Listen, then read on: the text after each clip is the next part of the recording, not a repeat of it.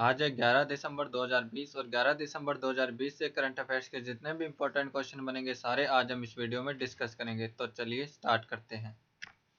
पहला क्वेश्चन है, विश्व मानवाधिकार दिवस कब मनाया जाता है? तो इस क्वेश्चन का सही ऑप्शन है सी, 10 दिसंबर। विश्व मानवाधिकार दिवस प्रत्येक वर्ष 10 दिसंबर को मनाया जाता है। इस वर्ष इस दिवस की theme recover better stand up for human rights है। संयुक्त राष्ट्र महासभा द्वारा 10 दिसंबर 1948 को मानवाधिकारों की सार्वभौमिक घोषणा की गई थी, इसीलिए प्रत्येक वर्ष 10 दिसंबर को विश्व मानवाधिकार दिवस मनाया जाता है। नेक्स्ट क्वेश्चन, डीआरडीओ द्वारा युद्धक टैंक अर्जुन मार्क 1A का सफलतापूर्वक परीक्षण कहाँ किया गया है? तो इस क्वेश्चन का सही ऑप्शन है ए, पोखरण। भारतीय सेना और डीआरडीओ ने संयुक्त रूप से राजस्थान के जैसलमेर में स्थित पोखरण फील्ड फायरिंग रेंज में युद्धक टैंक अर्जुन मार्क 1A का सफलतापूर्वक परीक्षण किया है। अर्जुन मार्क 1A को सेना में हंटर किलर भी कहा जाता है। इसे पहली बार 2004 में सेना में शामिल किया गया था। डीआरडीओ अर्थात defence research and development organisation की स्थापना 1958 में की गई थी। इसका मुख्यालय नई दिल्ली में है। डीआरडीओ के वर्तमान अध्यक्ष जी सतीश रेड्डी हैं। नेक्स्ट क्वेश्चन, प्रजा फाउंडेशन द्वारा जारी अर्बन गवर्नेंस की सूची में कौन सा राज्य शीर्ष पर है? तो इस क्वेश्चन का सही ऑप्शन है बी, ओडिशा। प्रजा फाउंडेशन द्वारा जारी अर्बन गवर्नेंस सूची में पहले स्थान पर ओडिशा राज्य है। इस सूची में महाराष्ट्र राज्य दूसरे स्थान पर जबकि दिल्ली का 13वां स्थान है। यह सूची नागरिक अधिकारों को जनता के लिए शहर प्रशासन संबंधी आंकड़ों की सुलभता, जन शिकायतों के निस्तारण के लिए सक्रिय तंत्र, औपचारिक और सक्रिय नागरिक परामर्श तंत्र की मौजूदगी के पैमाने पर मापा गया है। अर्बन गवर्नेंस की सूची में जन प्रतिनिधियों को मिले अधिकारों की श्रेणी में पहले स्थान पर केरल और दूसरे स्थान पर छत्तीसगढ़ है, जबकि दिल्ली का 21वां स्थान है। अर्बन गवर्नेंस में वित्तीय शक्तियों की श्रेणी में पहले स्थान पर संयुक्त रूप से केरल और महाराष्ट्र है, जबकि दिल्ली का 7वां स्थान है। नेक्स्ट क्वेश्चन, किस भारतीय कंपनी को लगातार छठे साल ब्रिटेन का सुपर ब्रांड चुना गया है? तो इस क्वेश्चन का सही ऑप्शन है C, TCS. Tata consultancy service TCS को लगातार छठे साल ब्रिटेन का सुपर ब्रांड चुना गया है। दुनिया भर के आईटी सर्विसेज के क्षेत्र में टॉप 3 ब्रांडों में टीसीएस को जगह मिली है। ब्रांड के बेहतरीन छवि, शानदार कारोबारी प्रदर्शन, स्टाफ डेवलपमेंट और रोजगार सृजन के मामले में अग्रणी रहने और कॉरपोरेट सोशल रिस्पॉन्सिबिलिटी से जुड़ी पहल को लेकर प्रतिबद्धता के कारण टीसीएस को मजबूत ब्रांड की सूची में जगह मिली है। टीसीएस की स्थापना 1 अप्रैल 1968 को फकीरचंद कोहली, टाटा सन्स और जेआरडी टाटा ने मिलकर की थी। इसका मुख्यालय मुंबई में है। टीसीएस के वर्तमान सीईओ राजेश गोपीनाथ हैं। नेक्स्ट क्वेश्चन, किस केंद्र शासित प्रदेश को एक जैविक कृषि क्षेत्र के रूप में घोषित किया गया है? तो इस क्वेश्चन का सही ऑप्शन है सी, लक्षद्वीप। भारत के भागीदारी गारंटी प्रणाली पीजीएस के तहत लक्षद्वीप को एक जैविक कृषि क्षेत्र के रूप में घोषित किया गया है। भागीदारी गारंटी प्रणाली जैविक उत्पादों को प्रमाणित करने की एक प्रक्रिया है जो यह सुनिश्चित करता है कि उनका उत्पादन निर्धारित गुणवत्ता मानकों के अनुसार हो। यह प्रमाणीकरण केवल उन किसानों या समुदायों के लिए है जो एक समूह के रूप में संगठित हो सकते हैं और प्रदर्शन कर सकते हैं। लक्षद्वीप भारत के दक्षिणी पश्चिमी तट से 200 से 440 किलोमीटर दूर एक द्वीपों का समूह है। लक्षद्वीप समूह भारत का सबसे छोटा केंद्र शासित प्रदेश है जिसका क्षेत्रफल लगभग 32 वर्ग किलोमीटर है। यह मैप में लक्षद्वीप। लक्षद्वीप की राजधानी करावती। लक्षद्वीप के वर्तमान प्रशासक हैं प्रफुल्ल खोड़ा पटेल। गौरतलब है कि अभी हाल ही में लक्षद्वीप के पूर्व प्रशासक दिनेश्वर शर्मा का निधन हो गया था। नेक्स्ट क्वेश्चन, अंतर्राष्ट्रीय राजा भूमिबोल विश्व मृदा पुरस्कार से किस देश को सम्मानित किया गया है? तो इस क्वेश्चन का सही ऑप्शन है ए, भारत। अंतर्राष्ट्रीय राजा भूमिबोल विश्व मृदा दिवस पुरस्कार 2020 से भारत को भारतीय कृषि अनुसंधान, भारतीय कृषि विज्ञान संस्थान परिषद को सम्मानित किया गया है। यह पुरस्कार खाद्य और कृषि संगठन FAO द्वारा प्रदान किए जाते हैं। यह पुरस्कार मृदा स्वास्थ्य के प्रति जागरूकता में योगदान देने के लिए प्रदान किया जाता है। खाद्य और कृषि संगठन FAO की स्थापना 16 अक्टूबर 1945 को की गई थी। इसका मुख्यालय रोम, इटली में है। वर्तमान में खाद्य और कृषि संगठन के अध्यक्ष क्यू डोंग्यू हैं। नेक्स्ट क्वेश्चन, निम्नलिखित में से किसे महिला world athletes of the year 2020 नामित किया गया है? तो इस क्वेश्चन का सही ऑप्शन है A Yulimar Rojas.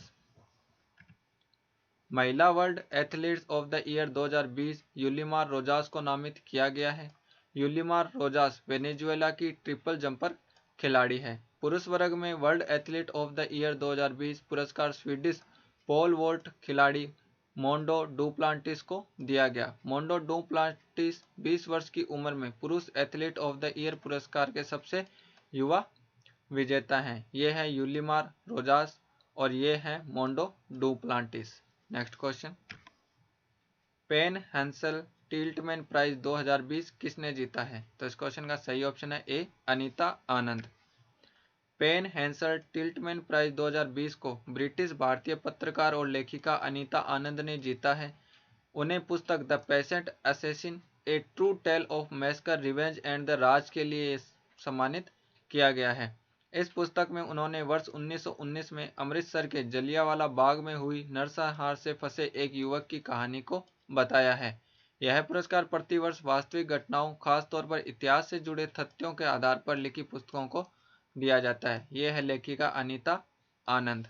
Next question, PM वाणी योजना का संबंध किससे है? तो इस क्वेश्चन का सही ऑप्शन है सी वाईफाई। पीएम वाणी योजना का संबंध वाईफाई से है। पीएम वाणी अर्थात PM wifi access network interface है। योजना के तहत केंद्र सरकार ने दूरसंचार विभाग को देश भर में पब्लिक डाटा ऑफिस पीडीओ के जरिए सार्वजनिक रूप से वाईफाई सेवा प्रदान करने का नेटवर्क तैयार करने के प्रस्ताव को मंजूरी दे दी है। इस प्रस्ताव को पीएम वाणी के नाम से जाना जाएगा। इस योजना से पूरे देश में वाईफाई की उपलब्धता बढ़ेगी और कारोबार में सुगमता और जीवन सरल होगा। योजना के तहत स्थानीय किराना दुकानों तथा गली मोहल्लों की दुकानों पर भी सार्वजनिक वाईफाई नेटवर्क या एक्सेस पॉइंट लगाए जा सकेंगे। इसके लिए न तो किसी लाइसेंस और न ही पंजीकरण की जरूरत होगी। यह सेवा पूरी तरह से निःशुल्क होगी। नेक्स्ट क्वेश्चन, हाल ही में प्रसिद्ध व्यक्ति मंगलेश डबराल का निधन हो गया है, वह किस क्षेत्र से संबंधित है? तो इस क्वेश्चन का सही ऑप्शन है ए कवि। हाल ही में प्रसिद्ध लेखक और कवि मंगलेश डबराल का निधन हो गया है। वह 72 वर्ष के थे। मंगलेश डबराल मूल रूप से उत्तराखंड के निवासी थे। मंगलेश डबराल जन संस्कृति मंच के राष्ट्रीय उपाध्यक्ष भी रहे।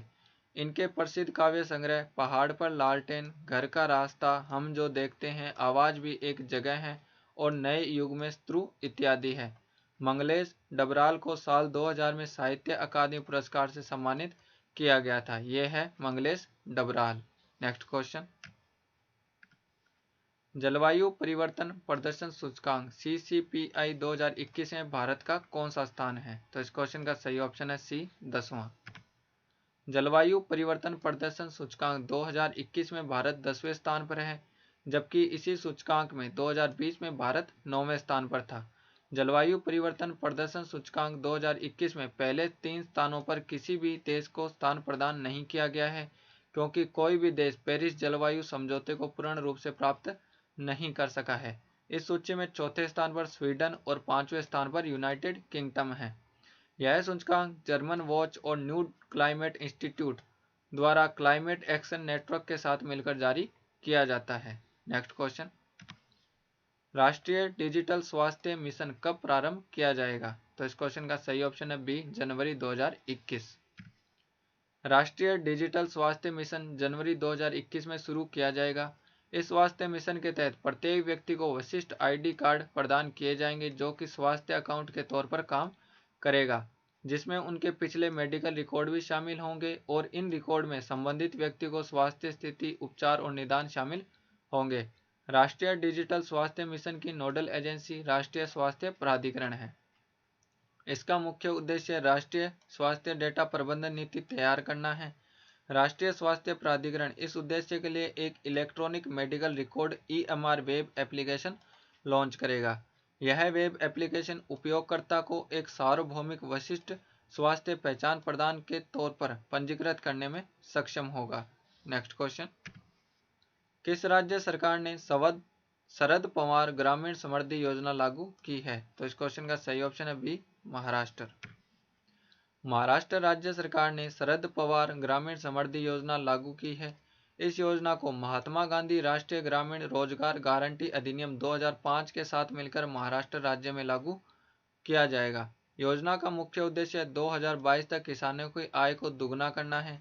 इस योजना के तहत ग्रामीण इलाकों में जो पात्र लाभार्थी हैं उन्हें व्यक्तिगत और सार्वजनिक कार्यों के लिए रोजगार के अवसर प्रदान किए जाएंगे, जिससे कि ग्रामीण इलाकों में रहने वाले युवाओं को रोजगार मिलने में मदद मिलेगी और गांव से होने वाले पलायन को रोकने भी बड़ी मदद मिलने की उम्मीद है। यह मैप में महाराष्ट्र की राजधानी मुंबई, महाराष्ट्र के मुख्यमंत्री उद्धव ठाकरे और महाराष्ट्र के राज्यपाल भगत सिंह कोश्यारी।